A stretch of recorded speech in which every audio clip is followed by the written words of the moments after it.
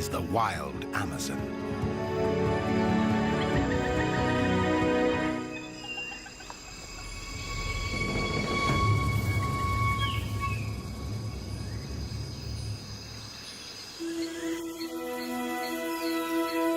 The Amazon River Basin. By any measure, it's one of the greatest natural habitats on Earth. The world's largest rainforest is watered by the world's mightiest river. It's home to the greatest diversity of living things anywhere. And dozens are still discovered every year.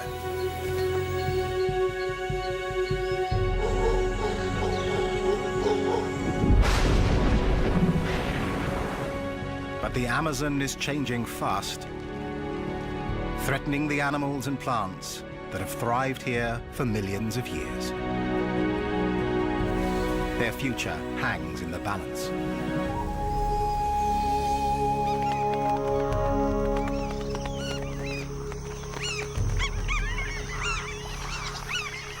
Black caiman are among the Amazon's most ancient inhabitants.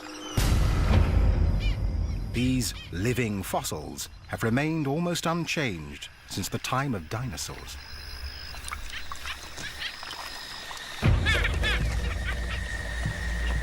But recently, a strange behavior has been observed among caiman.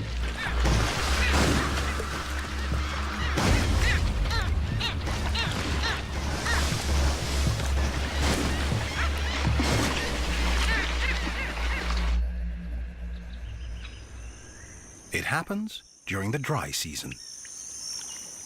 Between June and October, when rain falls only a few days a month, giving the Amazon a chance to dry out. River levels drop, leaving shallow pools along the edges of waterways. The black caiman are quick to seize the opportunity. Birds take notice too.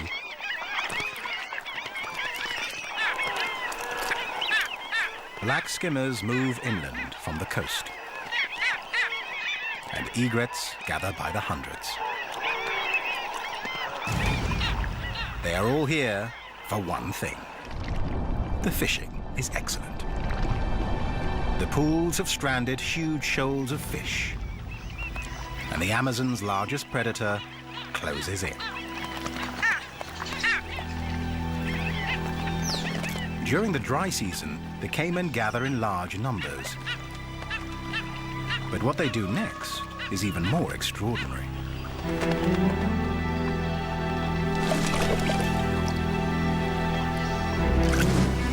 This strange behavior is still not fully understood.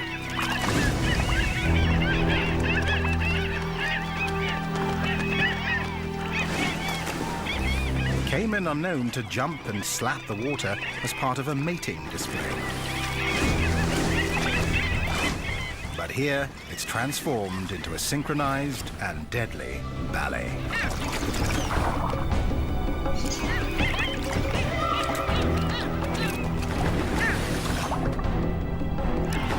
The caiman appear to be working in a pack to round up their prey.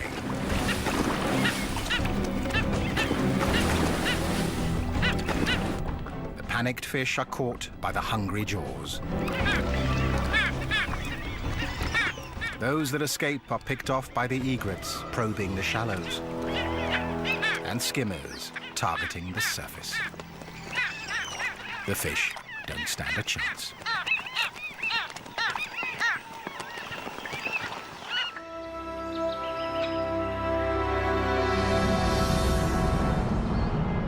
The Amazon basin dominates the northern half of South America, stretching over 400 million hectares.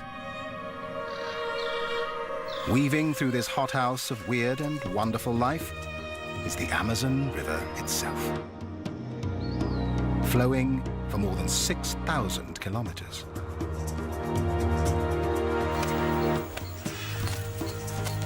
The creatures of this realm are part of a complex web of mutual dependence. Their interlocking relationships have evolved over millennia.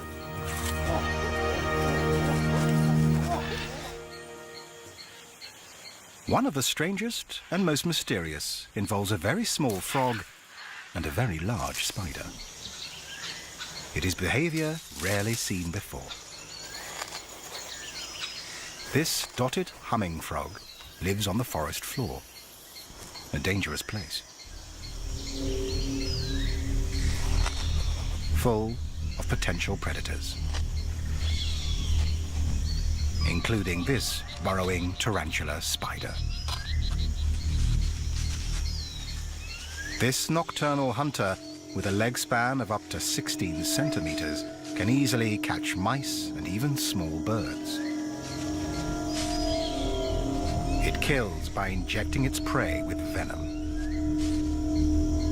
The poison first stuns, and then, while the victim is still alive, dissolves it from the inside, so the spider can suck out the remains.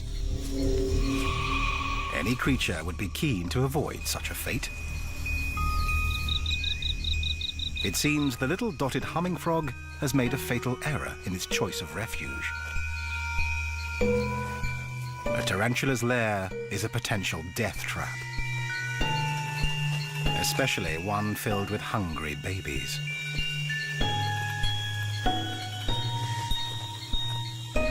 For the frog, the outcome cannot be good.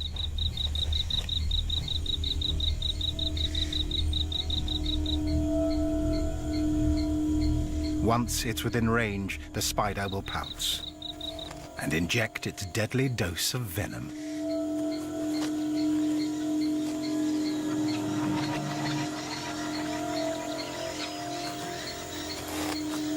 But not this time.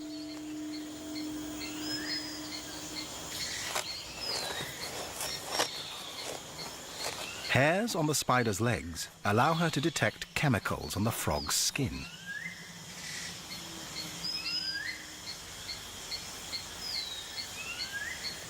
Perhaps she senses that the frog would make a dangerous meal.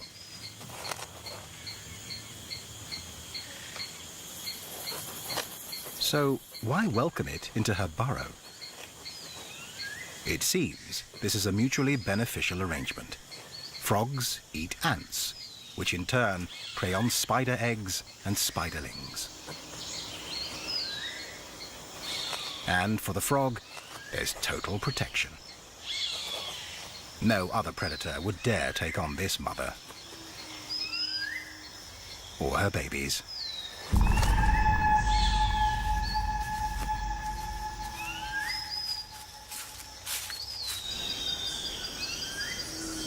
Nearby, another remarkable story of cooperation and adaptation is unfolding.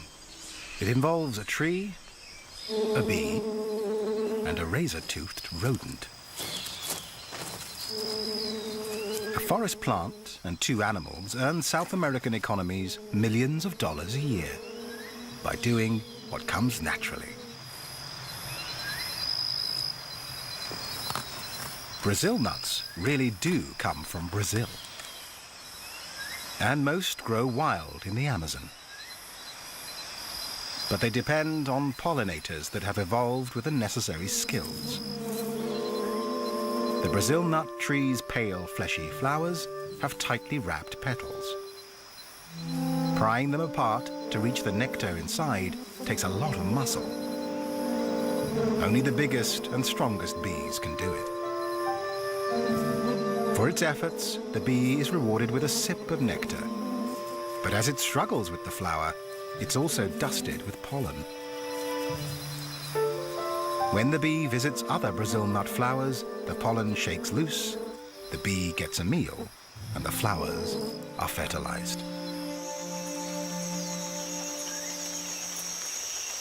The third party in this tale is a little mammal whose efforts ensure the Brazil nut tree lives on.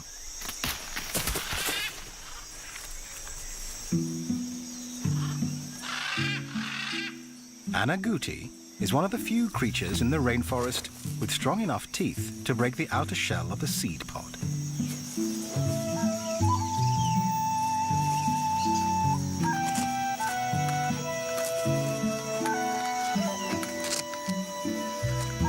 Its reward is a hearty meal, packed with essential fat and calories.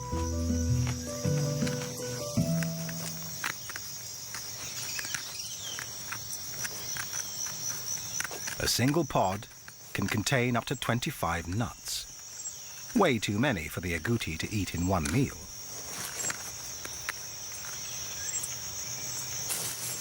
So he hides the leftovers.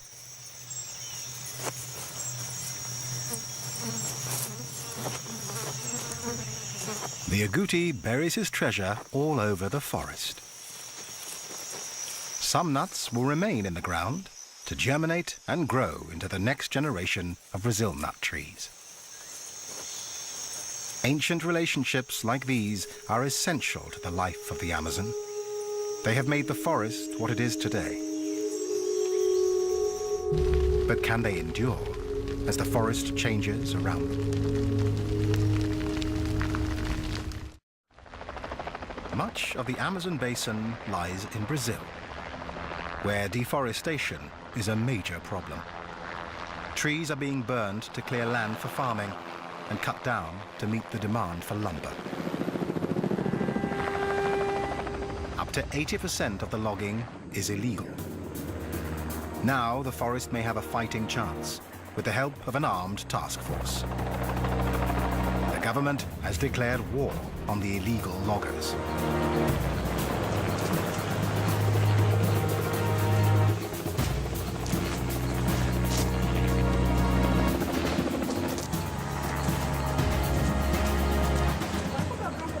But protecting an area larger than India is almost impossible.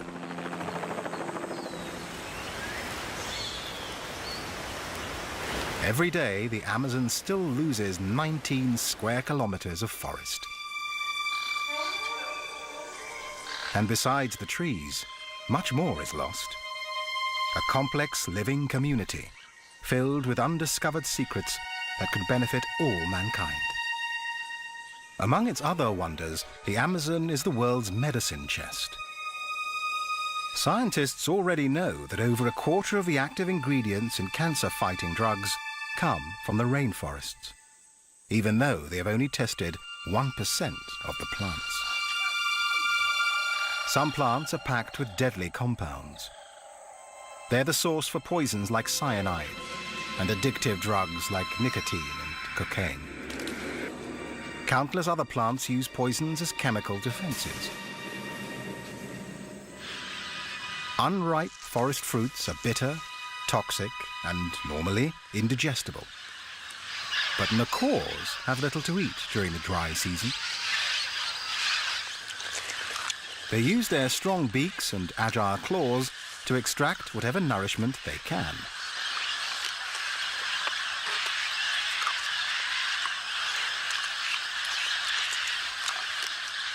And then have to deal with a belly full of toxic plant matter.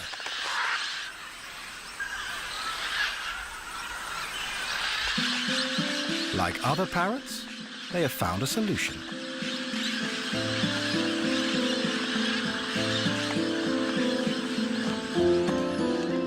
At this time of year, parrots will travel more than 15 kilometers every 2 or 3 days to a particular bend in the river.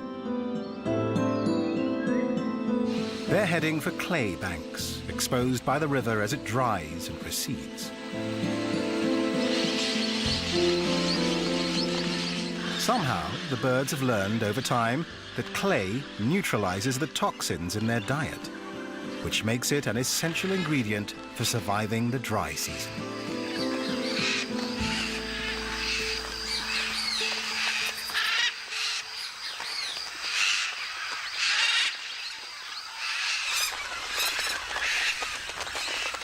The cliffs also provide the perfect place to meet and greet others of their kind. Macaws are the largest and one of the most beautiful parrots in the world. In South America, there are 17 different species, all with stunning and brilliant plumage.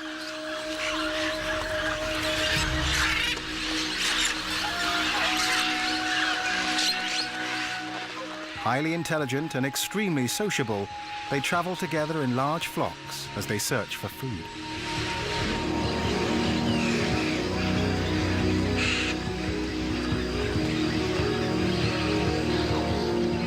carry on a seemingly endless conversation of loud squawks.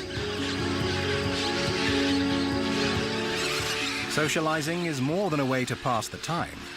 It's a chance to find a mate.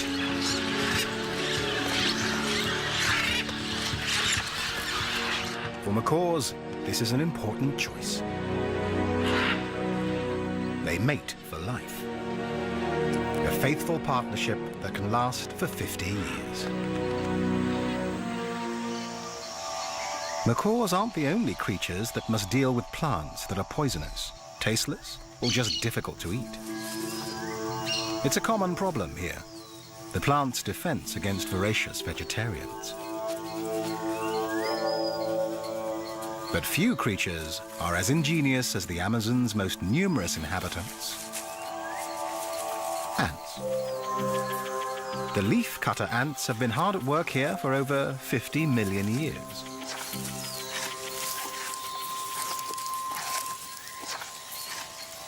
An ant carefully measures out a portion of leaf using her leg span as a guide. Then she removes the piece using jaws that vibrate 1,000 times a second.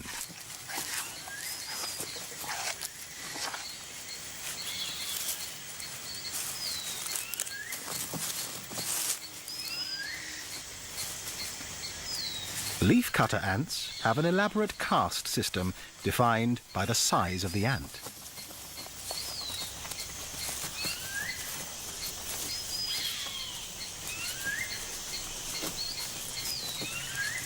The largest are the soldiers, who stand ready to defend the long lines of medium-sized foragers as they carry the leaf sections back to the nest. The foragers lift loads up to 20 times their own weight, the equivalent of a human carrying a small car. Smaller ants act as additional guardians for the workers, ever vigilant, even when they're hitching a ride.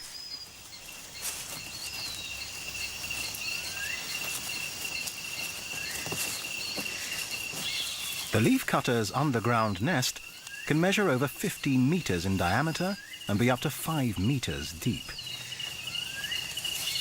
It's home to up to 8 million individuals. What happens inside is extraordinary. Within the nest, leaf portions are handed over to the smallest caste, the gardeners. They chew the leaves into a sticky mass and store it in special chambers.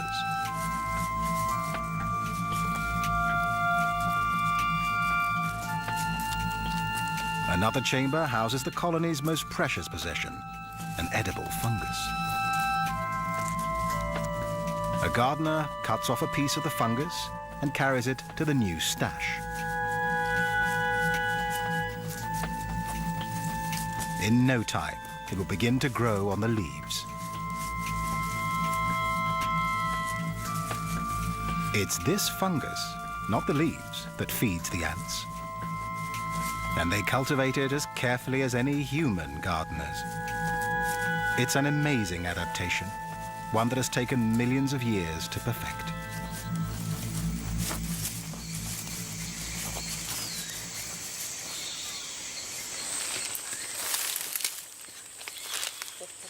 Unlike the leaf-cutter ants beneath their feet, the Matis people have never relied on gardening. Instead, they gather plants and hunt. One of nearly 200 native tribes still living in the Amazon, their first contact with the outside world was as recent as the 1970s.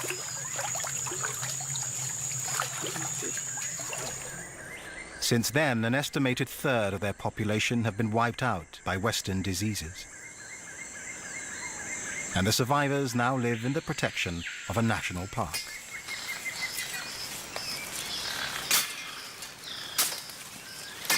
Through countless generations, the Matis people have gained a deep knowledge of their jungle home.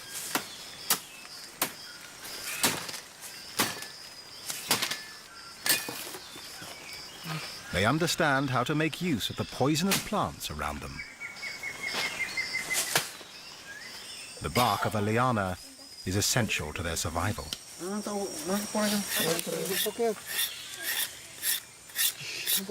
Boiled down to a paste, it becomes a powerful nerve toxin known as curare.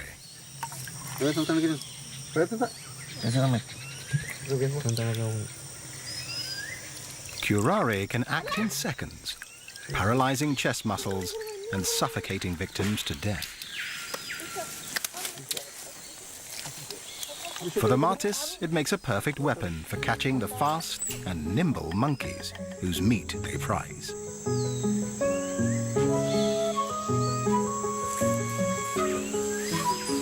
All of South America's primates dwell in the forest canopy, rarely venturing down to the ground. Most eat whatever they come across, from fruit and flowers to insects and sap.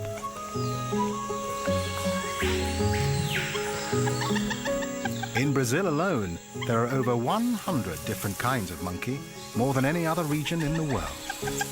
And 9 new species have been discovered in the last decade.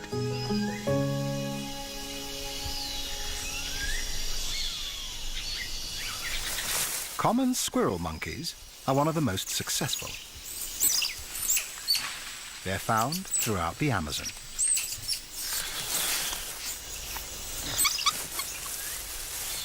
Squirrel monkeys grow up fast, and by 10 months, they've left their mothers. But for a young, inexperienced monkey, life is precarious.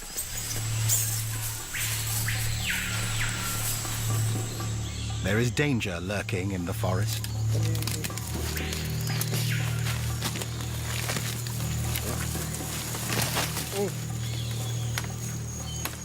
The Martis tribesmen are on a monkey hunt.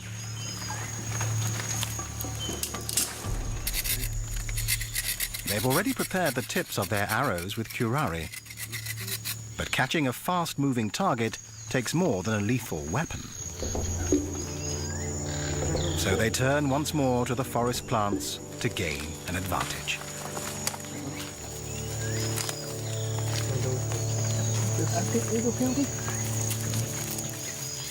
They concoct a solution, mixing ebony plant in a little water. They drip it into their eyes.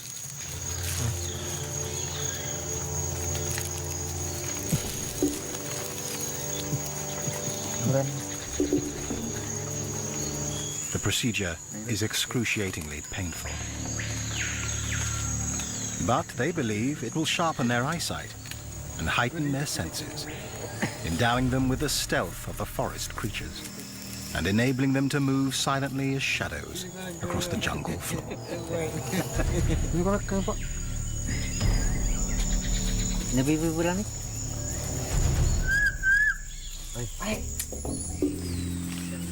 Armed and ready, they head into the forest.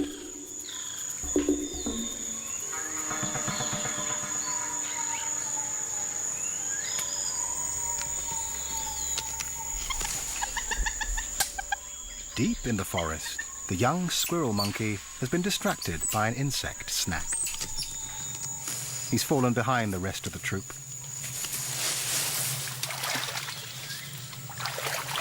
Below him, a predator stalks.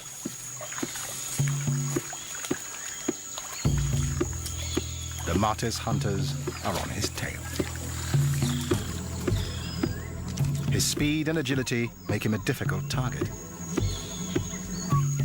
But the hunters are armed with powerful weapons, poison-tipped arrows, plus their deep understanding of the forest. The animal calls, perfected by the Martis, confuse the young monkey.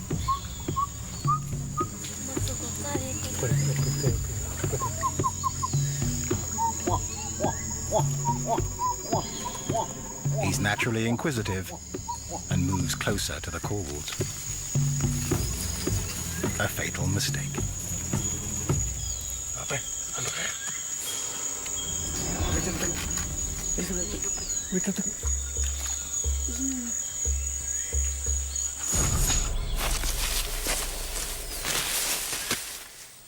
The The poison brings paralysis within seconds. Life in the Amazon is tough. But the forest provides for all its inhabitants, once they master its secrets.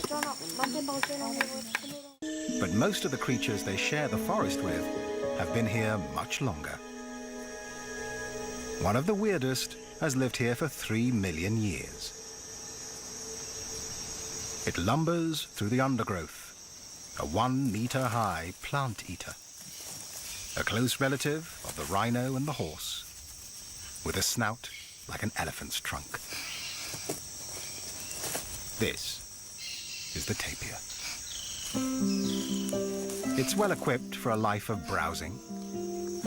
At over 200 kilos, he's the Amazon's largest herbivore, with a nose finely tuned for sniffing out edible plants. Essential when many of the forest plants tend to be tough, toxic, or low in calories. Spending hours wandering through this hostile environment in search of food is hard work for a heavy tapir. But it has to eat huge quantities to produce enough energy to survive.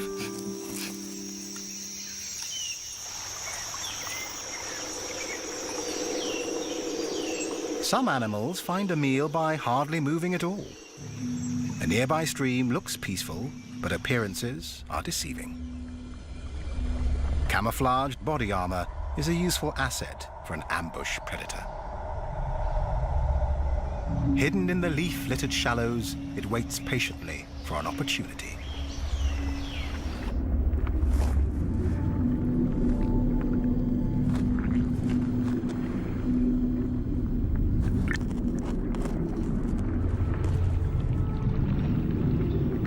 The Mata-Mata turtle.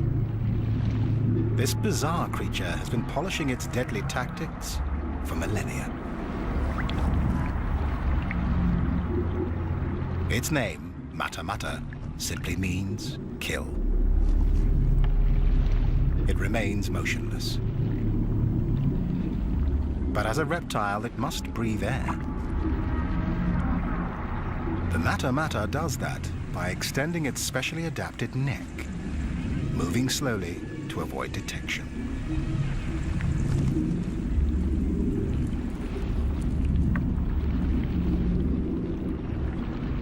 And using its snout as a snorkel.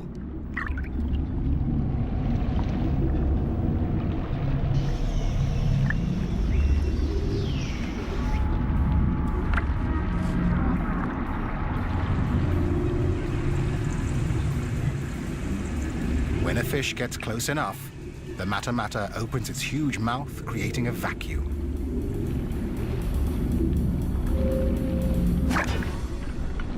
And sucks in its victim faster than the blink of a human eye.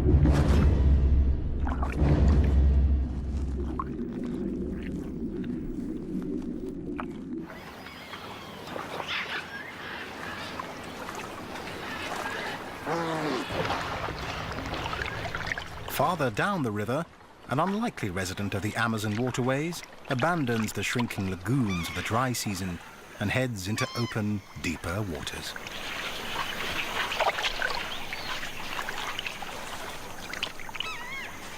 This is a male Amazon river dolphin.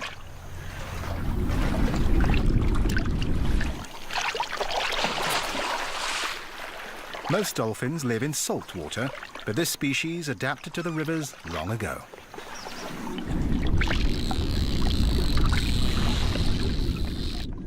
Now the entire basin is his playground.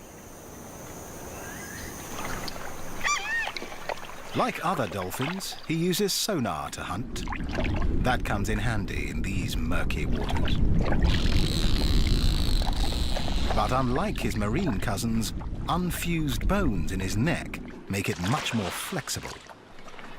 A crucial adaptation when he hunts in smaller rivers, often choked with tangled vegetation and tree roots. Males and females stay apart for most of the year. But now, at the height of the dry season, this dolphin has come to a wide stretch of water, looking for a mate. When he finds a promising female, he begins a strange courtship dance. The male tosses a piece of driftwood around, perhaps to attract the female's attention.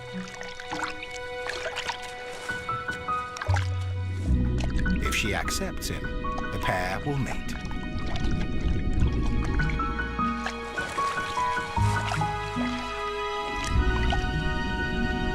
The female will move into small lakes and lagoons nearby, quieter backwaters that will provide food and shelter as she awaits the arrival of her single calf.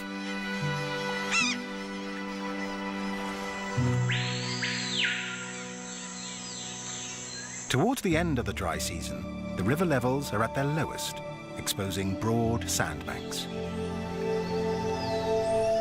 For one huge and ancient creature, this new and temporary landscape offers a brief opportunity essential to their future survival.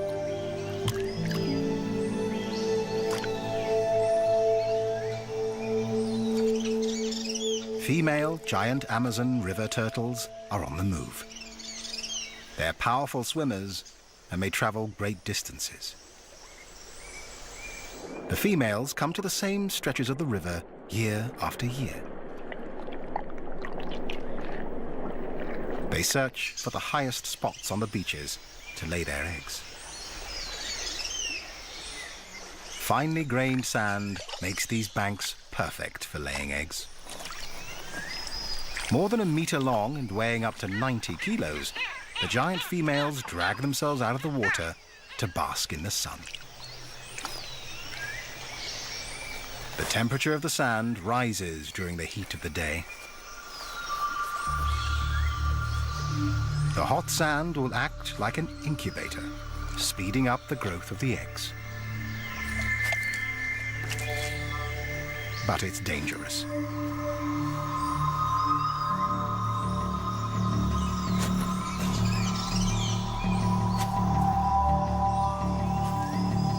The Amazon's top predator is on the prowl. With one of the strongest bites of all big cats, a jaguar can easily puncture a turtle's shell. The females retreat to the safety of the water. The jaguar can wait, but the turtle's clock is ticking.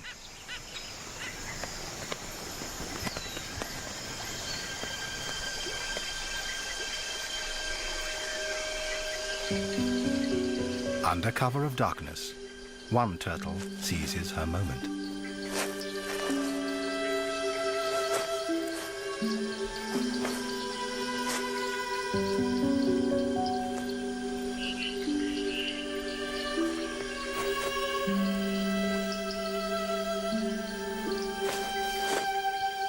Once the hole is dug, she lays her eggs and covers them gently with sand. If all goes well, they will hatch in 6 weeks. Her timing is crucial, and there is little margin for error.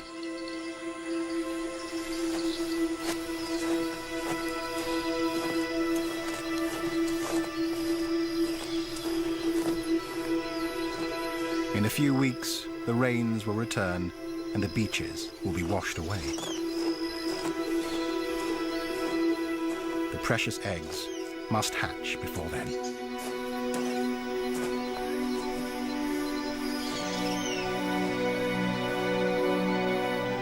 It's a precise timetable, and the turtles have followed it for countless generations.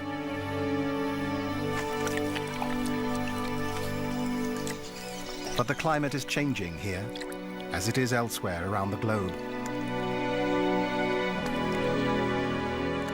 If weather patterns shift before the turtles have a chance to adapt, they could be doomed to extinction.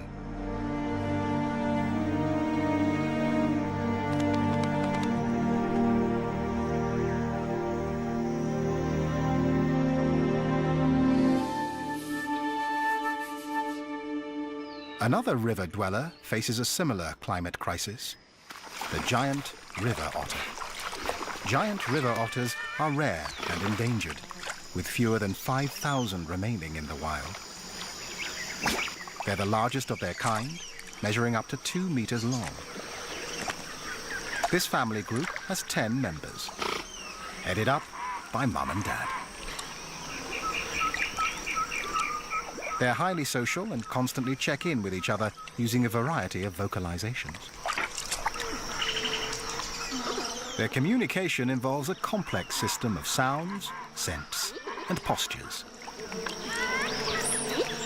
Locals call them the wolves of the river, and they are proficient predators.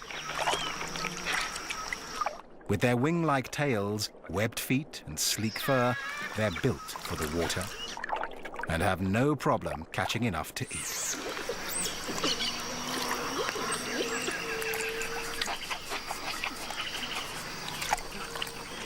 Each otter feeds on up to 4 kilos of fish a day. Every year at the start of the dry season, the mother otter relies on river levels falling to expose patches of dry land where she can make her den.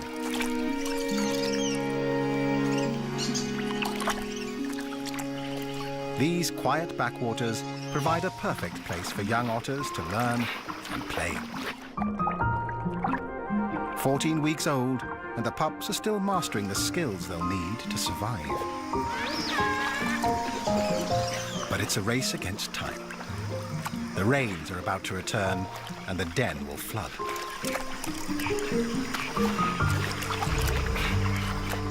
If weather patterns change, it will challenge this finely tuned parenting plan.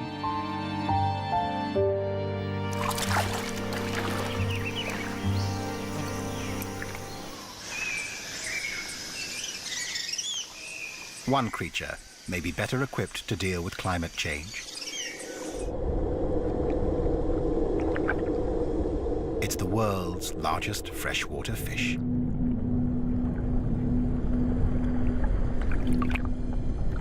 The pirarucu can grow to 3 meters in length and weigh more than 2 baby elephants.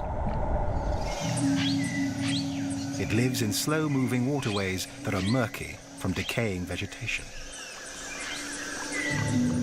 Tannin in the leaves turns the water acidic. Not ideal for most fish. And as climate change causes temperatures to rise, oxygen levels are likely to fall even farther. But the pirarucu has an amazing secret weapon.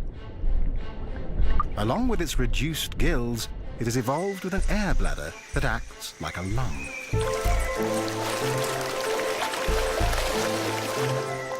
The pirarucu rises to the surface for a gulp of air, taking in oxygen through its mouth.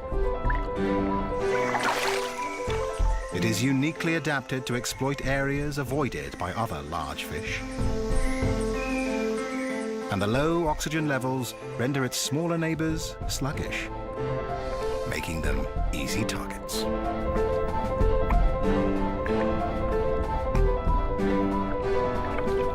Its adaptation may give the pirarucu the winning advantage in a changing world.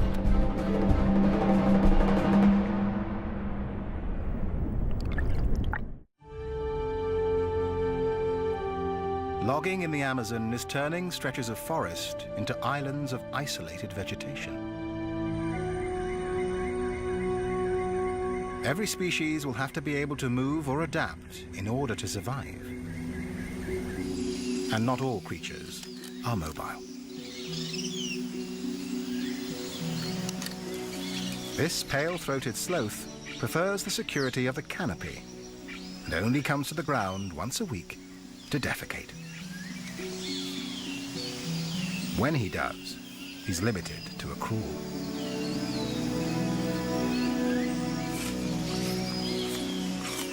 The sloth lives solely on leaves, a low-calorie diet that provides little energy and is difficult to process.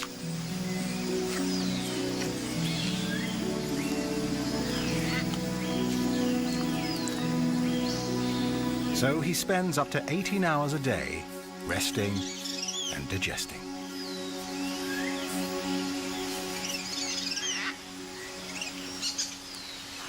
This sedentary lifestyle explains how the sloth got his name and his reputation for being lazy.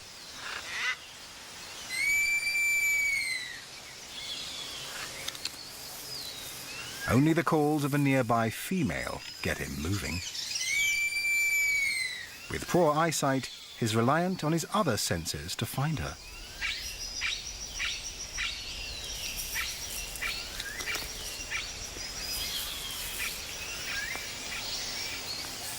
Her lichen-covered fur makes her even harder to spot among the branches. It's also a cozy bed for her 3-month-old baby boy.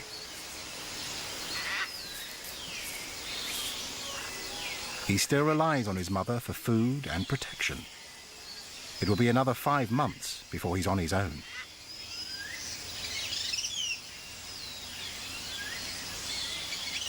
But she's ready to mate again.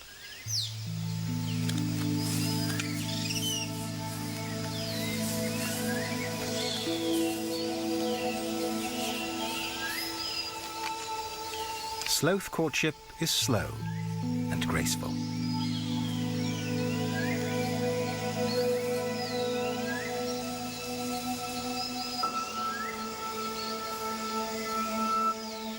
But she may reject him with her baby still around.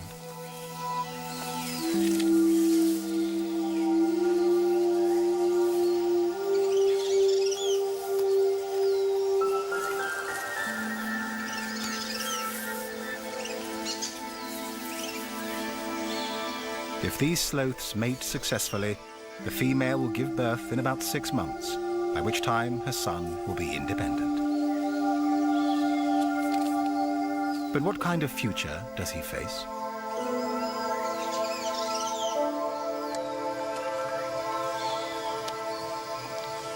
The sloth's home in the forest canopy is an uncertain refuge. Their lack of mobility makes it difficult to adapt to changing conditions. They're too awkward and too slow to move safely across open ground. As the forest becomes more fragmented, they could be doomed to extinction.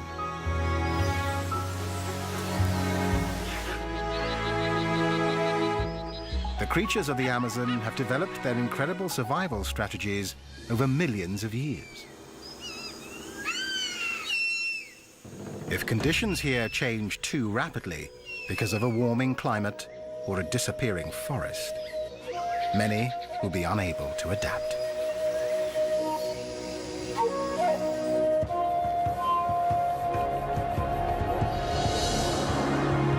This time, they're fortunate, and the rains are arriving on time. As a new season begins, the waters rise again. Plants and animals will adjust to the change, just as they always have. Here, resilience has always been rewarded with survival.